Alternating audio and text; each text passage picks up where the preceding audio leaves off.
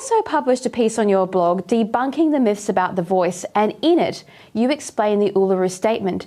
Now, this document is held up as a sacred religious text by the Yes campaign, but it's not, is it? Can you explain where this Uluru Statement actually came from? Well, it came out of 12, depending on the numbers you want to count. There was one, there was a 13th dialogue, which they don't count in it, but there are 13 dialogues, for argument's sake, of people, but you had to be invited to one of the dialogues or you don't have a voice at that dialogue. And the reason they said that because they wanted consensus. So it's like my good old Labor Party days where we said, okay, you can come to the party meeting, you can come to the party meeting, but you can't because you disagree with us. And it's called stacking, I think it is in normal terms. And then those people actually selected the 250 who went to Yalata in the central Australia, the resort there. You know, if you're going to go anywhere, you should stay at a resort and come up with an idea. And even then, people walked out of that in protest at that discussion. And so, you know, I just find it bizarre that they say, oh, look, all these Aboriginal people had the discussion and it's a gift from the Aboriginal people. Well, the first 13 dialogues were stacked. You had to come there by invitation. I wasn't invited, and a few of my other mates weren't invited because we disagreed what they're trying to do.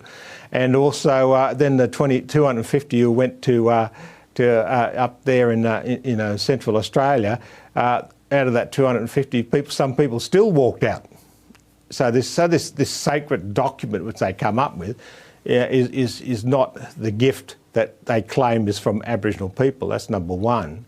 And also number two is that you look at the things that they're saying and there's a couple of things I feel very dangerous about. Is the voice for a start, and the second one is, and I call it the voice that rules all, because you look at all the legal debates about it, you'll see that there's a lot of different views, and it's almost a fruit salad of lawyers of different views. And then you look at the third part, which is the truth telling. The Makarrata Commission. It looks like something out of the Soviet Union, which is going to be this arbiter of truth. And they're going to make the decision about what is true and what is not true. It sounds like the old commissars in the Soviet Union. This is the truth and this is not the truth.